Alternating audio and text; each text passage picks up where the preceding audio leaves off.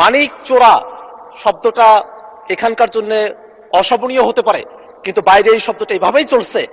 মাননীয় সদস্য আখতারুজ্জামান একজন বিচারপতি মানিক সম্পর্কে তার নামের শেষে একটা বিশ্লেষণ লাগিয়েছেন, সেটা এক্সপাঞ্জ করা হলো। এই বিচারপতিকে অবশ্য সীমান্ত এলাকায় কলাপাতার উপরে শোয়া অবস্থায় তার ছবি প্রকাশিত হয়েছিল, তবে সংসদে আর তাকে আমরা অবমাননা করতে চাই না। ধন্যবাদ। মাননীয় আইনমন্ত্রীকে আমি যতদূর চিনি, উনি যদি ওনার বক্তব্য আর 5 মিনিট কন্টিনিউ করতেন তাহলে আত্মগ্লানিতে ভুগে তওবা করে এই যে সুপ্রিম কোর্ট বিচারক নিয়োগের আইন যেটা উনি বাতিল করার জন্য আজকে বলছেন, সেখান থেকে ফিরে এসে ইনি বিলটি আজকে তিনি প্রত্যাহার করতেন। মাননীয় স্পিকার, তিনি তার বক্তব্যের মধ্যে বলেছেন একজন বিচারপতির কথা, এনায়েতুর রহিম এনায়েত, যিনি বলেছিলেন যে তিনি হচ্ছেন শপথবদ্ধ বিচারপতি, রাজনীতিবিদ। এই যে শপথবদ্ধ রাজনীতিবিদ তৈরি হলো, খায়রুল হকের মতো বিচারপতি তৈরি হলো, মানিক চোরা শব্দটা এখানকার জন্য অশোভনীয় হতে পারে, কিন্তু বাইরে এই শব্দটা এভাবেই চলছে।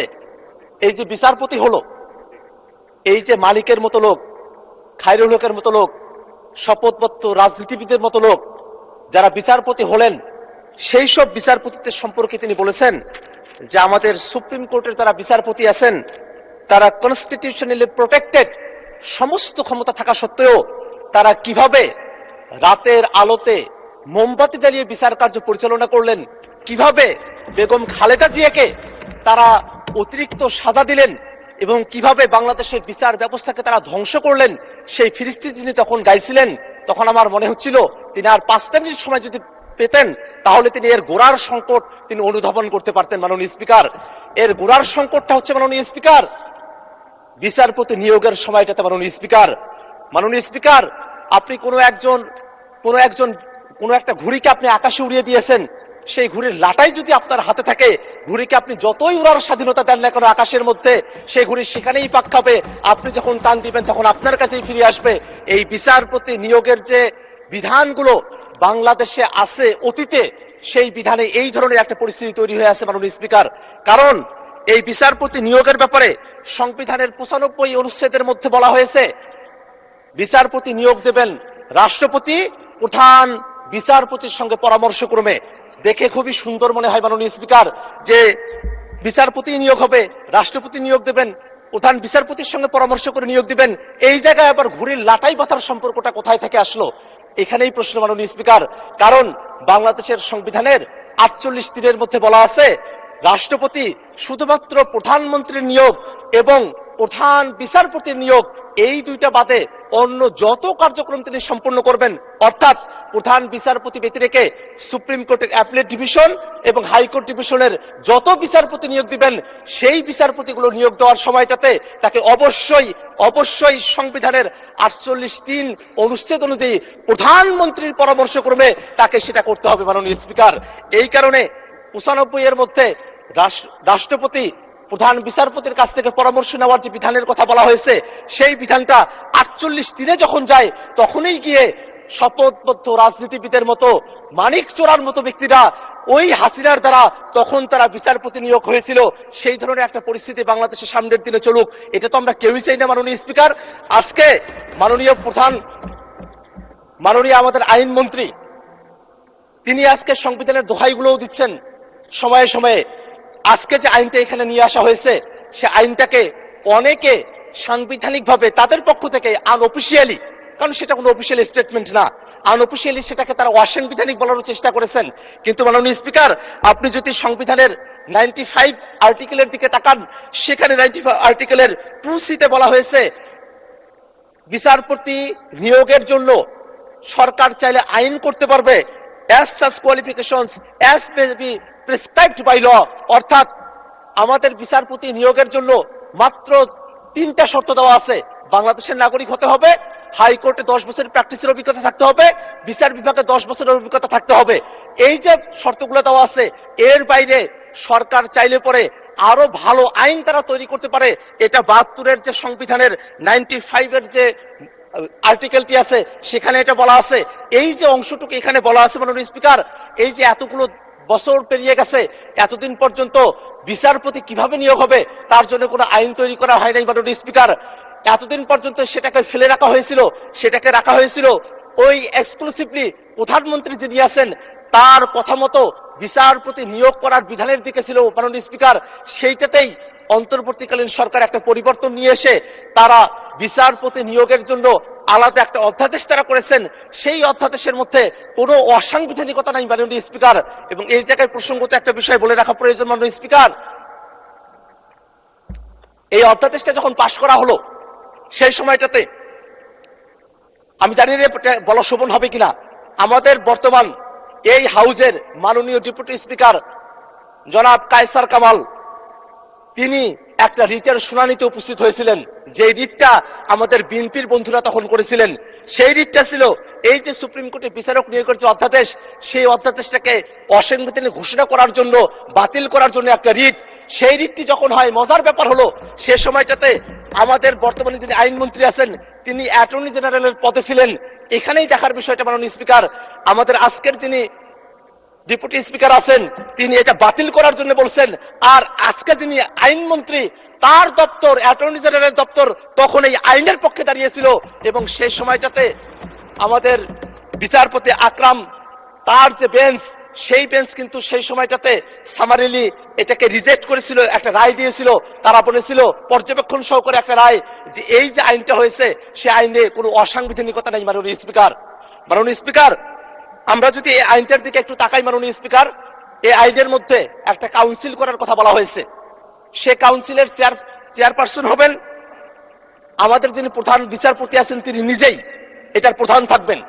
এবং এই কাউন্সিলে অ্যাপিলেট ডিভিশনের একজন সিনিয়র জাজ থাকবেন, হাইকোর্ট ডিভিশনের দুইজন সিনিয়র জাস্টিস থাকবেন, আরো থাকবেন আইনের অধ্যাপক, অ্যাটর্নি জেনারেল থাকবেন, সেখানে সাবেক বিচারপতিও একজন থাকবেন। এখানে দেখার বিষয় হলো এখানে কয়েকটা জিনিস আছে যেটা অটোমেটিক্যালি হতে হবে। হাইকোর্টের এবং সুপ্রিম কোর্টে অ্যাপিলেট ডিভিশনের যারা সিনিয়র মোস্ট জাজেস আছেন তারা অটোমেটিক্যালি হবেন, কিন্তু আইনের যিনি অধ্যাপক এবং যিনি সাবেক একজন বিচারপতি সেটা কিন্তু প্রধান বিচারপতি এটা নিয়োগ দিতে পারবেন। এই যে একটা কাউন্সিল করা হবে সেই কাউন্সিলটা কিন্তু কোনোভাবেই সংবিধানের সাথে সাংঘর্ষিক না মাননীয় স্পিকার। কারণ এই আইনের 3 ধারার মধ্যে স্পষ্ট করে বলা আছে মাননীয় স্পিকার যে এই যে কাউন্সিলটা গঠন করা হচ্ছে সেটা প্রধান বিচারপতিকে রাষ্ট্রপতিকে পরামর্শ প্রদান করার জন্য যে ক্ষমতা দেওয়া হয়েছে সেই ক্ষমতাকে সহযোগিতা করার জন্য এই কাউন্সিলটা গঠন করা হয়েছে মাননীয় স্পিকার। এবং এই কাউন্সিলে কিছু শর্তের কথা বলা হয়েছে, কিছু যোগ্যতার কথা বলা হয়েছে, যে যোগ্যতাগুলো অতীতে কখনোই এটাকে পরিপালন করা হয় নাই। সে কারণে ওই রকম শপথবদ্ধ রাজনীতিবিদের মতো ওই রকম মানিক চোরার মতো বিচারপতি তৈরি হয়েছিল মাননীয় স্পিকার। কারণ এই আইনের মধ্যে সুন্দর করে বলা আছে অন্তত 45 বছর বয়স হতে হবে, একটা বয়সের ভারিক্কি দেখাতে প্রয়োজন আছে। আরো বলা আছে শিক্ষাগত যোগ্যতার কথা, চারিত্রিক গুণাবলীর কথা, তার প্রকাশনা আছে কিনা, এরকম অসংখ্য এখানে ক্রাইটেরিয়া দেওয়া আছে, যেটা অত্যন্ত একটা ভালো আইন। সে ভালো আইনটাকে কেন আজকে এখানে এসে বাতিল করার কথা বলা হচ্ছে মাননীয় স্পিকার, সেটা আমাদের বুঝে আসে না মাননীয় স্পিকার। এখানে আরো একটা বিষয় বলে রাখা প্রয়োজন, এই যে আইনটি আছে মাননীয় স্পিকার, এখানে কাউন্সিল তারা একটা সিদ্ধান্ত গ্রহণ করবেন যে কাউন্সিলের প্রধান হচ্ছেন প্রধান বিচারপতি। তারা সিদ্ধান্ত গ্রহণ করার পর রাষ্ট্রপতির কাছে পাঠানোর পরে রাষ্ট্রপতি যদি কোনো আপত্তি দেন তাহলে সেটাকে নতুন করে বিবেচনা করার সুযোগও এই আইনের মধ্যে রাখা আছে মাননীয় স্পিকার। এত সুন্দর একটা আইন করা হয়েছে, সে আইনটাকে কেন কোন যুক্তিতে আজকে বাতিল করে দেওয়া হবে সে যুক্তির ব্যাপারে এখানে বলা হয়েছে যে রহিতকরণ বিল, সে যুক্তির মধ্যে বলা হলো তবে রাষ্ট্রের সর্বোচ্চ বিচারালয়ের স্থায়ী আইনগত কাঠামো নিশ্চিতকরণ এবং অধ্যাদেশটির বিধানাবলী অধিকতর যাচাই বাছাইয়ের লক্ষ্যে এই যে স্থায়ী কাঠামোর কথা বলা হচ্ছে, সেই স্থায়ী কাঠামোটি মাননীয় স্পিকার ওই 71 সালের স্বাধীনতার পর পর্যন্ত অন্তর্বর্তীকালীন সরকারের আগে পর্যন্ত স্থায়ী কাঠামো ছিল না। স্থায়ী কাঠামোর জন্য যে আইনটা করা হলো সেই যুক্তি দেখিয়ে আবার সেই আইনটাকে কেন রহিতকরণের কথা বলা হচ্ছে সেটা আমাদের যুক্তিতে আসে না মাননীয় স্পিকার। মাননীয় স্পিকার, আমরা আমাদের যারা সরকার দলীয় বন্ধুরা আছেন তাদের কাছ থেকে আমরা জুলাই সনদের কথা শুনি, তারা জুলাই সনদ নাকি অক্ষরে অক্ষরে তারা বাস্তবায়ন করবেন। সেই জুলাই সনদের 2টা পার্ট আছে মাননীয় স্পিকার। এক পার্টে অর্থাৎ বাঁ দিকে আছে জুলাই সনদের মূল ভাষ্য আর ডান দিকে আছে নোট অফ ডিসেন্ট। তারা যখন জুলাই সনদের কথা বলেন তারা তখন নোট অফ ডিসেন্টের কথা বলেন, যেটা তারা অক্ষরে অক্ষরে পালন করতে চান। মাননীয় স্পিকার, এই জুলাই সনদের 31 নম্বর ধারার মধ্যে বলা আছে এই সুপ্রিম কোর্টের বিচারকদের নিয়োগ করার জন্য আলাদা একটা কমিশন করার কথা বলা হয়েছে, একটা কাউন্সিল করার কথা বলা হয়েছে। সেই জায়গাটাতে একটা মাত্র নোট অফ ডিসেন্ট আছে বিএনপির পক্ষ থেকে। সেই নোট অফ ডিসেন্টে তারা কিন্তু এই মূল প্রস্তাবের বিরোধিতা করে নাই, তারা শুধু এতটুকু বলছে যে এটা সংবিধানে অন্তর্ভুক্ত না করে এটাকে আইনের মাধ্যমে করেন। মাননীয় স্পিকার, এইটা তো সংবিধানে অন্তর্ভুক্ত না, এটা তো আইনের মধ্যেও আছে, তাহলে নোট অফ ডিসেন্টে জুলাই সনদ কেন মানে না এটা। ধন্যবাদ মাননীয় সদস্য। মাননীয় আইনমন্ত্রী।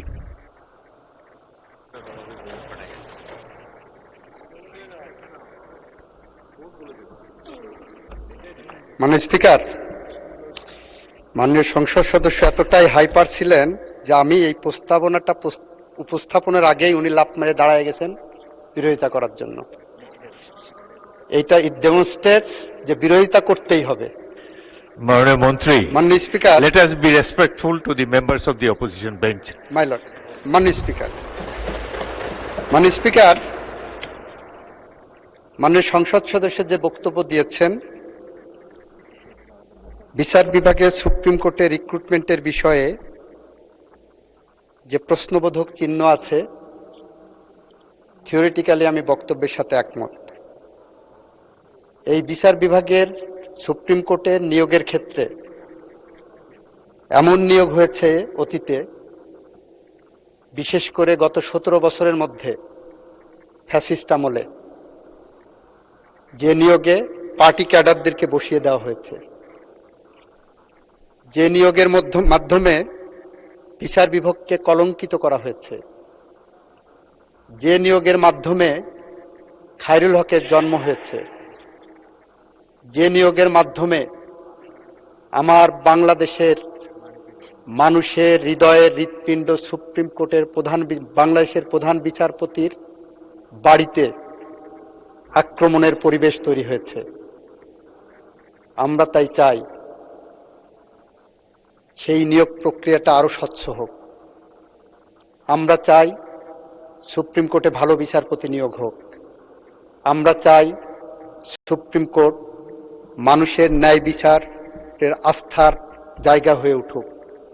আমরা চাই বাংলাদেশের বিচার বিভাগ পৃথিবীর ইতিহাসে অনন্য উদাহরণ সৃষ্টি করুক। সেটা চাই বলেই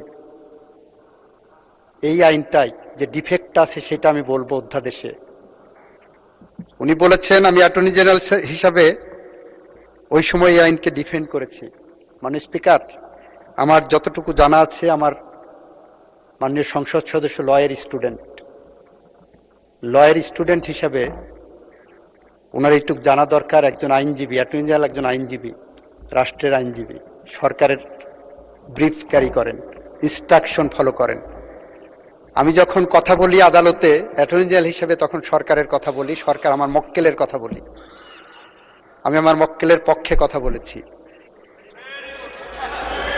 মাননীয় স্পিকার, ওই সরকারের পাবলিক পলিসি হলো, প্রত্যেকটা ল হলো একটা পাবলিক পলিসি।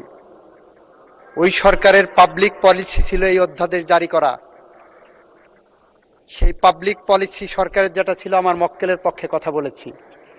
আমি এখন এই সরকারের মন্ত্রী, এই পার্লামেন্টের সংসদ সদস্য।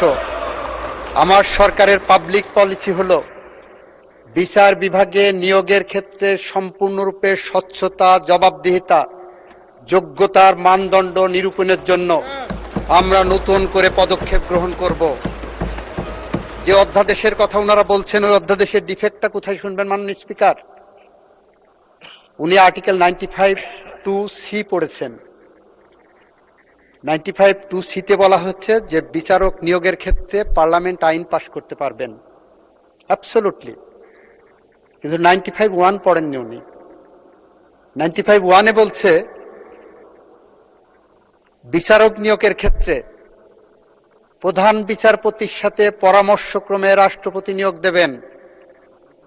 তাহলে প্রধান বিচারপতির সাথে পরামর্শক্রমে যে আইনটা করা হয়েছে, এখানে প্রধান বিচারপতির সাথে পরামর্শক্রমে জায়গাটা কনস্টিটিউশনালি হিট করছে। আর্টিকেল 98টা পড়েন মাননীয় সংসদ সদস্য। 98-এ কিন্তু এই কথা বলা নাই, প্রধান বিচারপতির সাথে পরামর্শেরও দরকার নাই।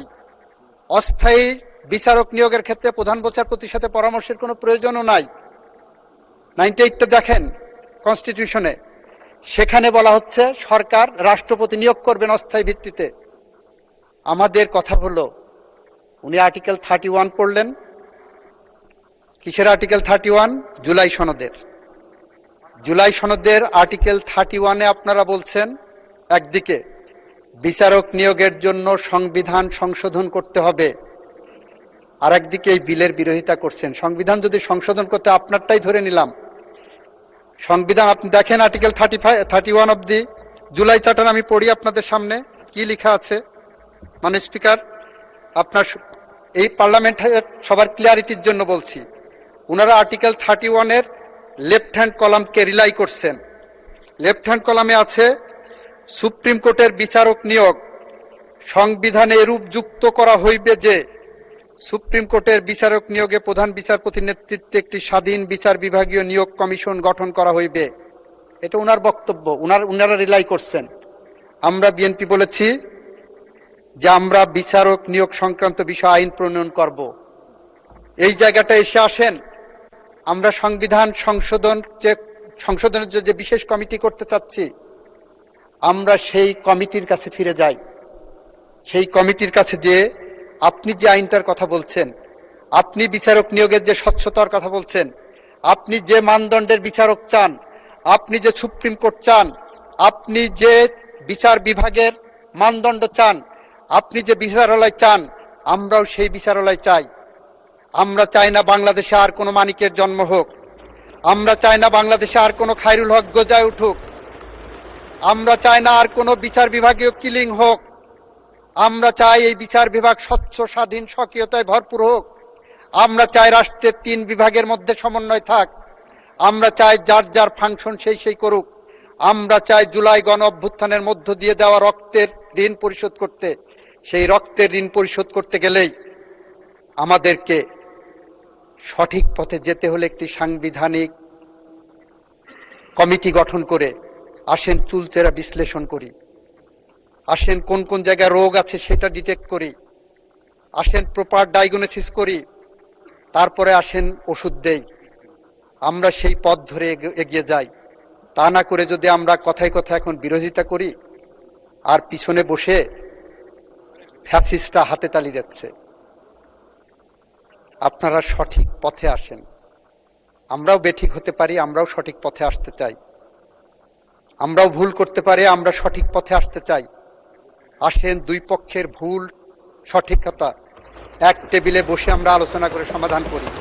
এই আইনগুলো এমন না যে কোরআনিক ভার্সন, এই আইনগুলো আজকে পাশ করলে এমন না যে কালকে আবার এটা সংশোধন করতে পারবো না। পার্লামেন্ট ইজ ওপেন, আমরা আবার সংশোধনের জন্য আসতে পারবো। সুতরাং আমরা আসেন, আপনারা বলছেন সংস্কার, আমরা বলছি সংবিধান সংশোধন। প্রত্যেক সংশোধনে একটি সংস্কার, আমরা সেই পথ ধরে এগিয়ে যাই বন্ধুরা। মানে স্পিকার, আপনাকে ধন্যবাদ। আমি বিষয়টি ভোটে দিচ্ছি। সংসদের সামনে প্রশ্ন হচ্ছে, সংসদে উত্থাপিত আকারে সুপ্রিম কোর্টের বিচারক নিয়োগ রোহিতকরণ বিল 2026 অবিলম্বে বিবেচনার জন্য গ্রহণ করা হোক। যারা এই প্রস্তাবের পক্ষে আছেন তারা হ্যাঁ বলুন, যারা এই প্রস্তাবের বিপক্ষে আছেন তারা না বলুন। আমার মনে হয় হ্যাঁ জয়যুক্ত হয়েছে, হ্যাঁ জয়যুক্ত হয়েছে, হ্যাঁ জয়যুক্ত হয়েছে। অতএব সংসদে উত্থাপিত আকারে সুপ্রিম কোর্টের বিচারক নিয়োগ রোহিতকরণ বিল 2026 অবিলম্বে বিবেচনার জন্য গৃহীত হল। মাননীয় সদস্যবৃন্দ, বিলের উপর দফাওয়ারি কোনো সংশোধনী নেই। আমি এখন বিলের দফাটি সংসদের সামনে পেশ করছি। বিলের দফা 2 এ বিলের অংশ হিসেবে গ্রহণ করা হোক। যারা এই প্রস্তাবের পক্ষে আছেন তারা হ্যাঁ বলুন, যারা এই প্রস্তাবের বিপক্ষে আছেন তারা না বলুন।